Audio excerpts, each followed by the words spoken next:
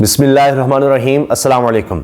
ملک میں اس وقت عجیب ماحول ہے، کچھ سمجھ نہیں آ رہی کہ کیا ہوگا۔ الیکشن کے حوالے سے ابھی تک شکوک و شبہات ہیں، حتیٰ کہ ابھی آپ یہ دیکھیے کہ ایک وکیل صاحب نے جب بات کی کہ جی 8 فروری کی تاریخ نہ رکھیں کیس کی، کیونکہ 8 فروری کو الیکشن ہے، تو آگے سے جج صاحب نے کہا کہ کیا واقعی الیکشن ہے 8 فروری کو؟ تو آپ سوچیے کہ عدالتوں میں بھی یہ باتیں ہو رہی ہیں۔ اب اس طرح کا ماحول بنا ہوا ہے۔ دوسری طرف آپ دیکھ رہے ہیں کیسز کی بڑی بھرمار ہے، کچھ سمجھ نہیں آ رہی کہ کیا ہوگا، کیا بنے گا۔ بہت سی چیزیں چل رہی ہیں، تحریک انصاف کو الیکشن لڑنے دیا جائے گا، نہیں دیا جائے گا۔ ابھی تک ماحول ایسا ہی بنا ہوا ہے کہ کسی بھی صورت میں عمران خان صاحب الیکشن سے پہلے باہر نہ آ سکیں۔ جس طرح سے آپ کو پتا ہے کہ اب ایک اور معاملہ آ گیا ہے، ان کی 9 مئی کے واقعات میں بھی گرفتاری ڈال دی گئی ہے، اور اس کے ساتھ ساتھ جب یہ گرفتاری ڈالی گئی ہے تو ساتھ یہ بات بھی ہو رہی ہے کہ جناب کہیں عمران خان صاحب کو اب رہائی تو نہیں ملنے والی۔ 190 ملین پاؤنڈ القادر ٹرسٹ اور دوسرا جو نیب کا توشخانہ کیس ہے اس میں، کیونکہ یہ کیسز بھی بڑے کمزور بتائے جا رہے ہیں۔ تو اگر ایسا ہوتا ہے تو اس کی وجہ سے ہی اب شاید یہ سوچا گیا کہ جناب اس سے پہلے کہ عمران خان صاحب کی رہائی ہو، اگلے کیس میں ہی عمران خان صاحب کی گرفتاری ڈال دی جائے، جس طرح کہ میں پہلے عرض کر چکا ہوں کہ سائفر میں بھی ہم نے دیکھا تھا، اور عمران خان صاحب کی GH کو حملہ کیس میں بھی گرفتاری ڈالی گئی ہے کہ اگر کہیں اور ان کو رہائی ملتی ہے تو یہاں سے یعنی گرفتاری ہو اور وہ رہا نہ ہو سکے۔ اسی طرح سے یہ باتیں ہو رہی ہیں، مگر دوسری طرف کیا چیزیں چل رہی ہیں؟ یہ تو ہے نا، ایک واقعات ہے، یہ ہو رہا ہے، کیس چل رہے ہیں، کہیں ریلیف مل رہا ہے۔ جس طرح عثمان ڈار صاحب کی والدہ جو ہیں ان کی کاغذات نامزدگی منظور ہو گئے ہیں، وہ 2 حلقوں سے وہ الیکشن لڑیں گی۔ عمر ڈار جو ہیں وہ کہا جا رہا ہے کہ جی بازیاب ہو گئے اور پولیس کی تحویل میں ہیں، اب آ کر پتہ چلا جی پولیس کے پاس ہیں۔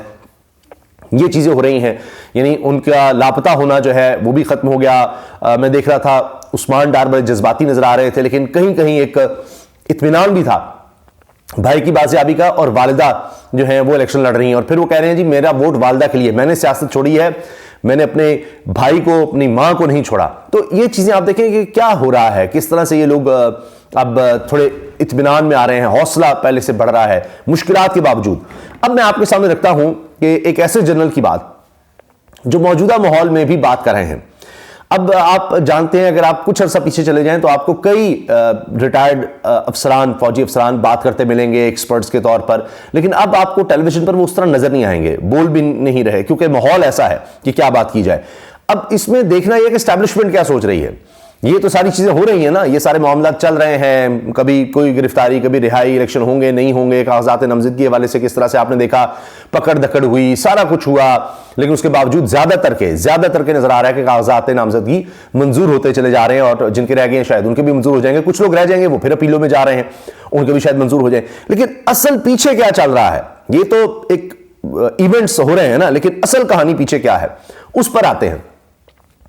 نعیم خالد لودھی صاحب، جنرل ریٹائرڈ نعیم خالد لودھی نے سیاست.pk کو جو حالیہ انٹرویو دیا ہے اس میں انہوں نے 1 مہینے کا وقت دیا ہے کہ یہ سٹینڈ آف اگر ختم نہ ہوا تو پھر حالات بہت زیادہ خطرناک ہو جائیں گے۔ پھر انہوں نے کہا جی نواز شریف کو استعمال کیا جا رہا ہے، نواز شریف استعمال ہو رہے ہیں، اور وہ پرائم منسٹر تو بننے سے رہے، اور وزیر اعظم انہوں نے نہیں بننا، وہ ان کا صرف استعمال کیا جا رہا ہے۔ اب یہ کیا چکر ہے؟ پھر انہوں نے قدرت کے حوالے سے بات کیا کہ اللہ تعالیٰ کا بھی ایک نظام ہے، اور وہ جس طرح سے کام کر رہا ہے اس کی کچھ نشانیاں سی نظر آ رہی ہیں، قدرت کی نشانیاں۔ عمران خان کا اکانومسٹ میں کالم، شاید تاریخ میں اس کا کوئی کالم اتنا نہ پڑھا گیا ہو، اتنی اس کی پذیرائی نہ ہو جتنی اس کی ہوئی ہے، کوئی سوچ بھی نہیں سکتا تھا۔ پوری حکومت جو ہے وہ ہل کر رہ گئی ہے، اس کو سمجھ نہیں آ رہی کیا کرنا ہے۔ تو یہ نشانیاں ہیں۔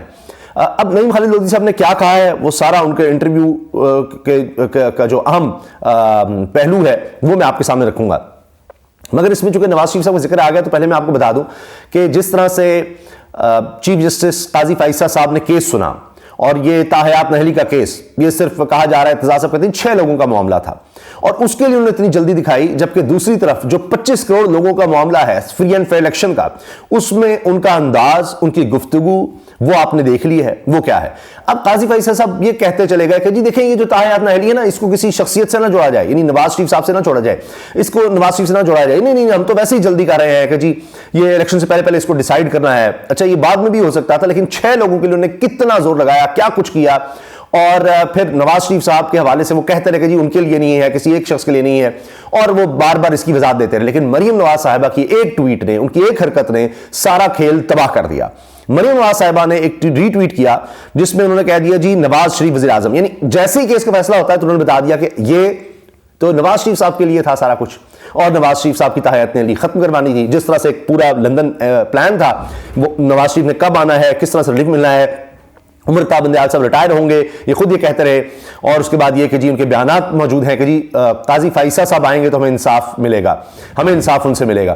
تو وہ پھر انصاف لیتے چلے گئے. نیب کے حوالے سے بھی دیکھ لیں، الیکشن کمیشن کے حوالے سے بھی دیکھ لیں، تمام محکموں کی طرف سے دیکھ لیں، تاکہ چیف جسٹس کی طرف سے، تو ان کو انصاف ملتا چلا گیا. لیکن اس سے پھر کیا ثابت ہوا کہ برٹش ہائی کمشنر ملتی ہیں جا کر میاں نواز شریف سے اور ان کو مبارکباد دیتی ہیں کہ آپ کے کیس ختم ہو گئے. آپ اندازہ لگائیے اسی دن کی ٹائمنگ بڑی اہم ہے الیکشن سے پہلے. پھر قاضی فائسہ صاحب کا کہنا کہ جی آر اوز کنفیوز ہو جائیں گے کس کے کاغذات نامزدگی منظور کرنے ہیں، کس کے منظور نہیں کرنے، تو وہ تو مرحلہ گزر چکا تھا. لیکن بہرحال اب دیکھیے کہ کس طرح سے جو برطانوی الیکشن کمشنر ہیں ان کا بھی یہ کہنا کہ جناب یہ تو میں مبارکباد وہ دینے آئی ہیں کہ دیکھا پھر سارے معاملات ہو گئے. تو یہ لندن پلان اور اس میں جس طرح سے ترتیب بتائی گئی وہ چیزیں بڑھتی چلی گئیں. مگر اس سب میں اب کیا ہوا ہے، میاں نواز شریف صاحب کے استعمال کی بات کیوں کی ہے جنرل نعیم خالد لودھی نے؟ اب ان کے ظاہر ہے کہ لنکس ہیں، ان کے ابھی بھی جونیئر ہوں گے، ادارے میں ہوں گے، ویسے بھی ان کے پاس انفارمیشن ہوگی، یہ تو نہیں ہو سکتا ان کے تعلقات نہ ہوں، ساری بات نہ ہو. اور یہ ایک وقت آیا تھا کہ بالکل خاموش کہیں یا پھر اس طرح سے بات نہیں کرتے کھل کے. اب جب یہ بات کر رہے ہیں، ان کی باڈی لینگویج دیکھنے والی ہے، اس میں مسکراتے ہوئے بھی ہے، اس میں ایک امید بھی نظر آ رہی ہے، اور چہرہ شاش پشاش اور طرح سے بات کر رہے ہیں، کانفیڈنس کے ساتھ بتا رہے ہیں کہ جیسے بندے کو چیزوں کا بالکل پتہ ہو، انفارمیشن ہو باقاعدہ کہ کیا ہونے جا رہا ہے، اور پوری چیزیں وہ سامنے رکھ رہے ہیں. تو نعیم خالد لودھی صاحب کا یہ انٹرویو دیکھا بھی کافی گیا ہے سیاست پر.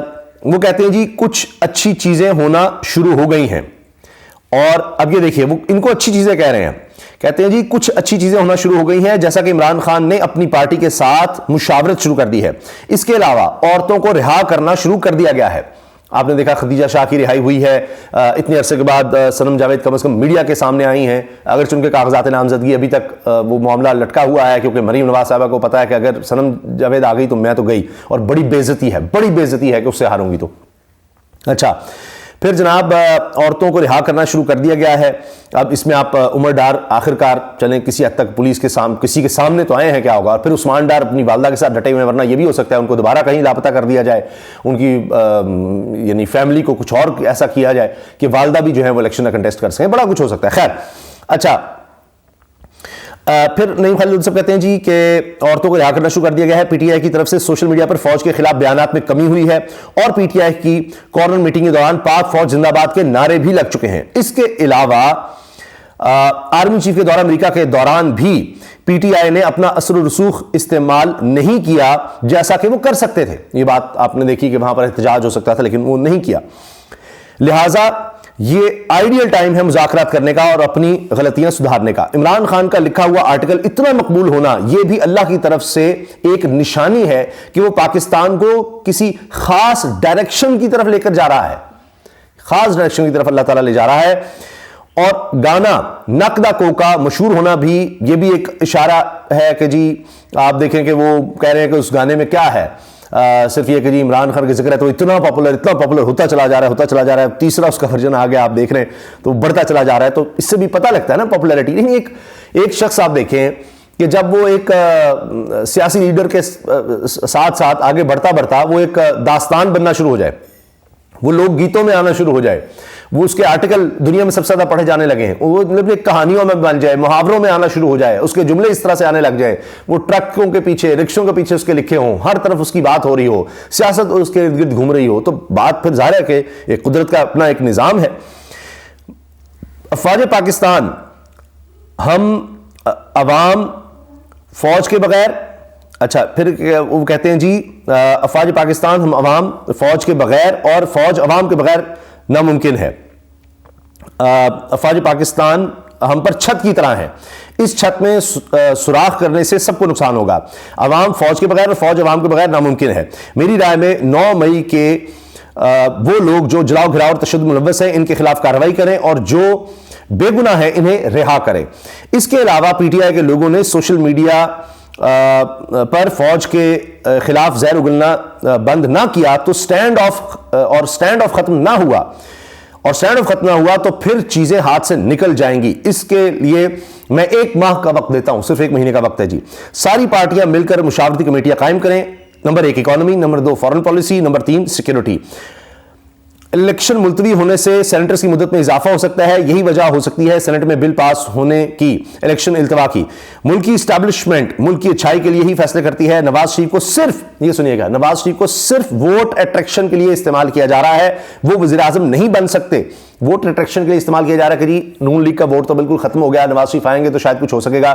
پھر یہ بات آپ جانتے ہیں, ہم بار بار ذکر کر چکے ہیں کہ میاں نواز شریف نے کہا تھا جی, اور نون لیگ کے لوگوں نے جو جا کر ملاقاتیں کہا تھا کہ میاں نواز شریف آئیں گے لوگ بھول جائیں گے عمران خان کو, لیکن ویسا نہیں ہوا. تو ان کو بتایا گیا ہے کہ جناب آپ جو کہتے تھے تو نہیں ہوا, کوئی آپ کی پاپولیرٹی نہیں ہے, آپ کوئی جلسے نہیں کر سکتے, کوئی آپ دوبارہ یعنی پاپولیرٹی میں اضافہ یا کچھ بھی نہیں ہوا, وہیں کہ وہیں آپ. تو یہ تو آپ نے جو ڈیل کی تھی وہ تو نہیں ہو سکی, ساری کہانی ختم ہو گئی. تو نواز شریف صاحب کو وہ جس طرح نصرت جاوید صاحب نے کہا, بڑا مشہور ہوا کہ وہ جس طرح وہ کہتے ہیں, میں کہنا تو نہیں چاہتا نصرت جاوید صاحب نے کہا, لیکن بات یہ ہے کہ جس طرح وہ کسی بوڑھے کو ویل چیئر پر ڈال کے مانگا نہیں جاتا کہ اس کو دکھا کر مانگ رہے ہوتے ہیں, تو آج کل نواز شریف کا وہ حال ہے کہ اس کو صرف یہاں پر لایا اس لیے گیا اس کو دکھا کر ووٹ مانگنے تھے, لیکن وہ بھی بات نہیں بنی اور وہ قصہ بھی بنتا نظر نہیں آ رہا. تو وہاں سے کہانی ان کی ختم ہو گئی ہے. تو لہٰذا اب نعیم خالد لودھی صاحب کہتے ہیں, جنرل ریٹائرڈ نعیم خالد لودھی, کہ جی وہ وزیر اعظم نہیں بن سکتے, البتہ ان کی پارٹی کا کوئی اور رکن ہو سکتا ہے. عدالت کی جانب سے اوپن سماعت میں عدالت کا ایک پارٹی کی طرف جھکاؤ نامناسب ہے. لیں جی, ان کو بھی اس طرح سے چیزیں نظر آ رہی ہیں کہ جھکاؤ کسی خاص طرف ہے.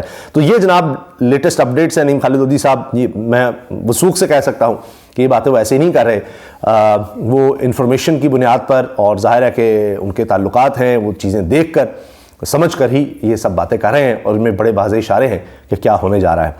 اللہ حافظ.